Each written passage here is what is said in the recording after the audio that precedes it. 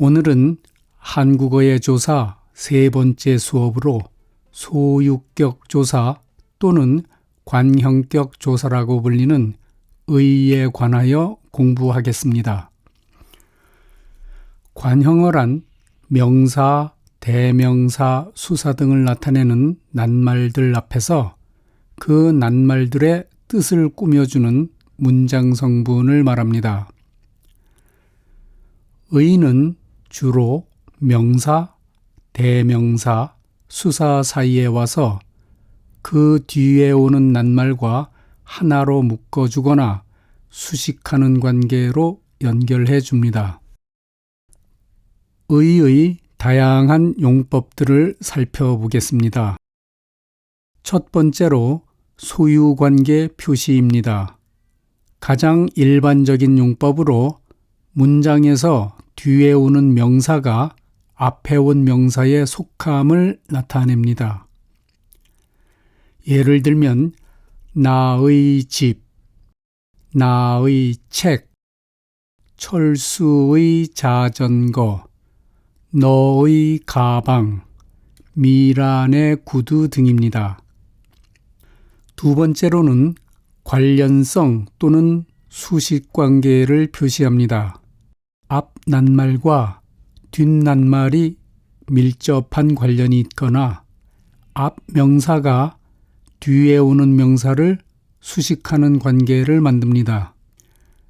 예를 들어 서울의 날씨, 우리들의 이야기, 한국의 전통, 친구의 소식, 바다의 빛깔 등입니다.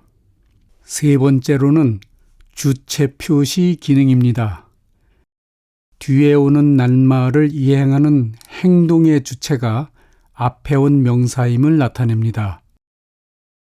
보기로는 철수의 도착, 즉 철수가 어디에선가부터 출발하여 특정한 장소에 도착했다는 뜻입니다. 송아지의 울음, 그녀의 행동 등입니다. 네 번째로는 뒤에 오는 말이 어떤 행위나 상태의 대상임을 나타냅니다. 예시로는 진실의 발견, 즉 어떠한 것에 대한 진실을 발견하였다는 뜻입니다. 아이의 모습, 가수의 목소리, 화가의 손길, 여자의 표정, 학생의 태도 등이 있습니다. 다섯 번째로 재료 또는 성분의 표시 기능으로 뒷낱말이 앞낱말의 한 부분임을 나타냅니다. 보기로는 문제의 핵심, 국민의 대부분, 나무의 껍질, 금의 무게 등입니다. 주의할 점으로는 현대 한국어에서는 의가 자주 생략되기도 합니다. 특히 소유나 소속을 나타낼 때 생략되는 경우가 많습니다. 또한 한 문장 안에서 지나치게 많이 사용하면 문장이 어색해질 수 있으므로 문맥에 맞게 사용하거나 다른 표현으로 바꿔주는 것이 좋습니다. 예를 들어 볼까요? 한국의 노래, 한국 노래, 세계의 역사, 세계 역사, 우리의 집의 강아지, 우리 집 강아지, 학교의 앞의 카페, 학교 앞 카페, 아버지의 직장의 동료, 아버지 직장 동료, 엄마의 친구의 아들, 엄마 친구 아들. 대명사 나, 저, 너와 결합할 때는 의가 축약, 즉 줄어들어 다음과 같이 사용되기도 합니다. 나와 의가 내로 축약됩니다. 즉, 나의 재산을 내 재산으로 줄일 수 있습니다. 저의는 제로 줄어들 수 있습니다. 즉, 저의 뜻이 제 뜻으로 줄어들 수 있습니다. 너희는 내로 줄어들 수 있습니다. 즉, 너의 집을 내 집으로 줄일 수 있습니다. 의는 독립적으로 발음될 때는 의로 소리나지만 조사의 기능을 할 때는 에로 발음되기도 합니다. 그러나 발음은 에로 하지만 글자를 쓸 때는 의로만 씁니다. 예시로 나의 꿈이 나의 꿈으로 발음될 수 있습니다. 가정, 가족, 회사, 나라 또는 학교 등의 무리와 관련될 때에는 1인칭 대명사 단수 나, 제, 내 대신에 1인칭 복수 대명사 우리, 저희 등을 대신하여 쓸 수 있습니다. 이 부분이 다른 나라의 언어와 구분되는 한국의 특별한 문화적 표현 방법이라고 할 수 있습니다. 예를 들어볼까요? 내 집은 우리 집, 내 가족은 우리 가족, 내 아내는 우리 아내, 제 회사는 저희 회사, 나의 학교는 우리 학교, 저의 어머니는 우리 어머니, 저의 아빠는 우리 아빠, 저의 딸은 저희 딸, 우리 딸, 내 동생은 우리 동생으로 표현할 수 있습니다.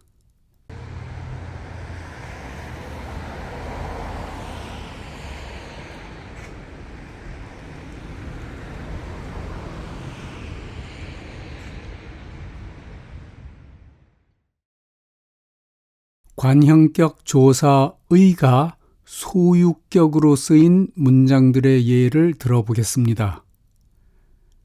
이것은 철수의 가방입니다. 민수의 자동차는 아주 비쌉니다. 선생님의 책상 위에 공책이 있습니다. 우리 아버지의 시계는 오래된 것입니다. 영희의 핸드폰이 어디 있는지 알아요?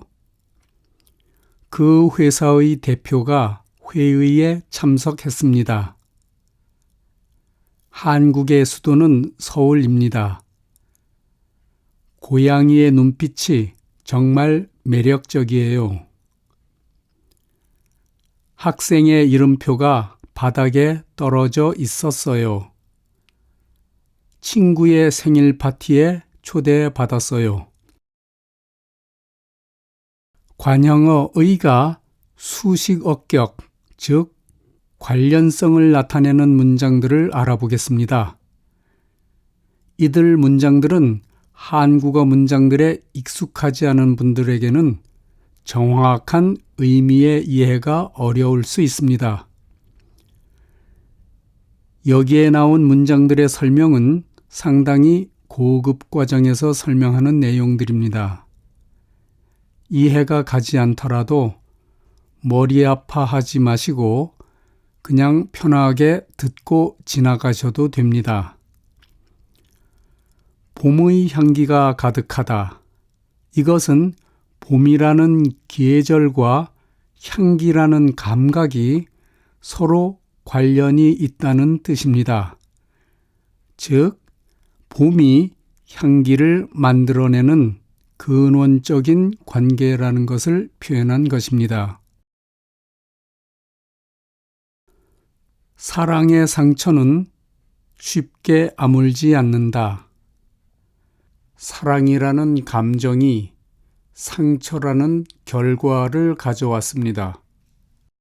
즉, 사랑 때문에 생긴 깊은 상처를 뜻합니다.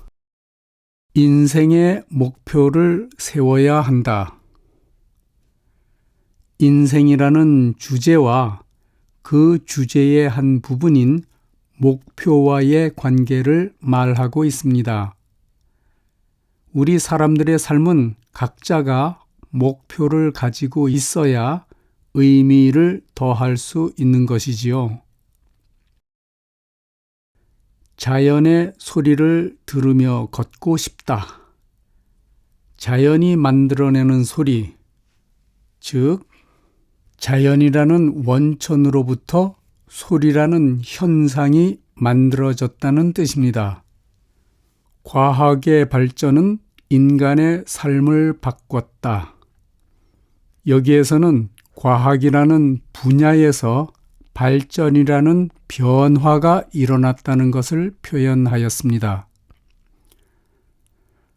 뒤에 오는 인간의 삶은 앞에서 처음 살펴본 일반적인 소유관계 표시의 용법입니다. 시간의 흐름이 참 빠르다. 시간이라는 개념이 흐르다라는 상황에 대한 현상을 표현하는 것입니다. 이런 설명이 이해하기가 쉽지 않지요. 우리의 시간은 멈추어 있지 않고 미래로 향해 움직이고 있죠. 역사의 진실을 밝혀야 한다. 역사라는 영역 속에 존재하는, 즉 역사가 가지고 있는 진실이라는 내용과의 관계를 표현합니다. 문화의 다양성을 존중해야 한다. 문화라는 영역이 가지고 있는 다양성이라는 속성과의 관계를 보여주는 것입니다. 음악의 리듬이 너무 경쾌하다. 음악이라는 분야가 지니고 있는 리듬이라는 요소와의 관계를 말하는 것입니다. 예술의 가치는 시대를 넘어선다. 예술이라는 영역이 가지고 있는 가치라는 추상적 속성인 내적 가치와의 관계를 말하는 것입니다. 예술적 속성으로서의 가치라고 말하면 조금 더 이해가 되나요? 관형격 조사 의가 행위의 대상을 나타내는 문장들의 예를 공부해 보겠습니다. 이들 문장들은 한국어 문장들에 익숙하지 않은 분들에게는 저의 문법적 설명에 대한 정확한 의미의 이해가 조금 어려울 수 있습니다. 책을 읽는 아이의 모습이 참 진지하다. 책을 읽는 행위의 주체인 아이와 그 아이의 행위의 대상인 모습을 연결합니다. 노래를 부르는 가수의 목소리가 감동적이다. 노래를 부르는 행위의 주체는 가수이고 그 가수의 행동의 대상인 목소리를 연결합니다. 그림을 그리는 화가의 손길이 섬세하다. 그림을 그리는 행위의 주체인 화가와 화가의 행위의 대상인 손길과의 관계를 연결합니다. 편지를 쓰는 여자의 표정이 밝았다. 편지를 쓰는 행위의 주체, 즉 여자와 그 여자의 행위의 대상인 표정을 연결합니다. 시를 낭송하는 학생의 태도가 인상 깊다. 시를 낭송하는 행위의 주체인 학생과 그 학생의 행위의 대상, 태도를 연결합니다. 다음에는 의를 생략해도 자연스러운 경우의 문장들을 알아보겠습니다. 이것은 철수의 가방입니다. 이것은 철수 가방입니다. 민수의 자동차는 아주 비쌉니다.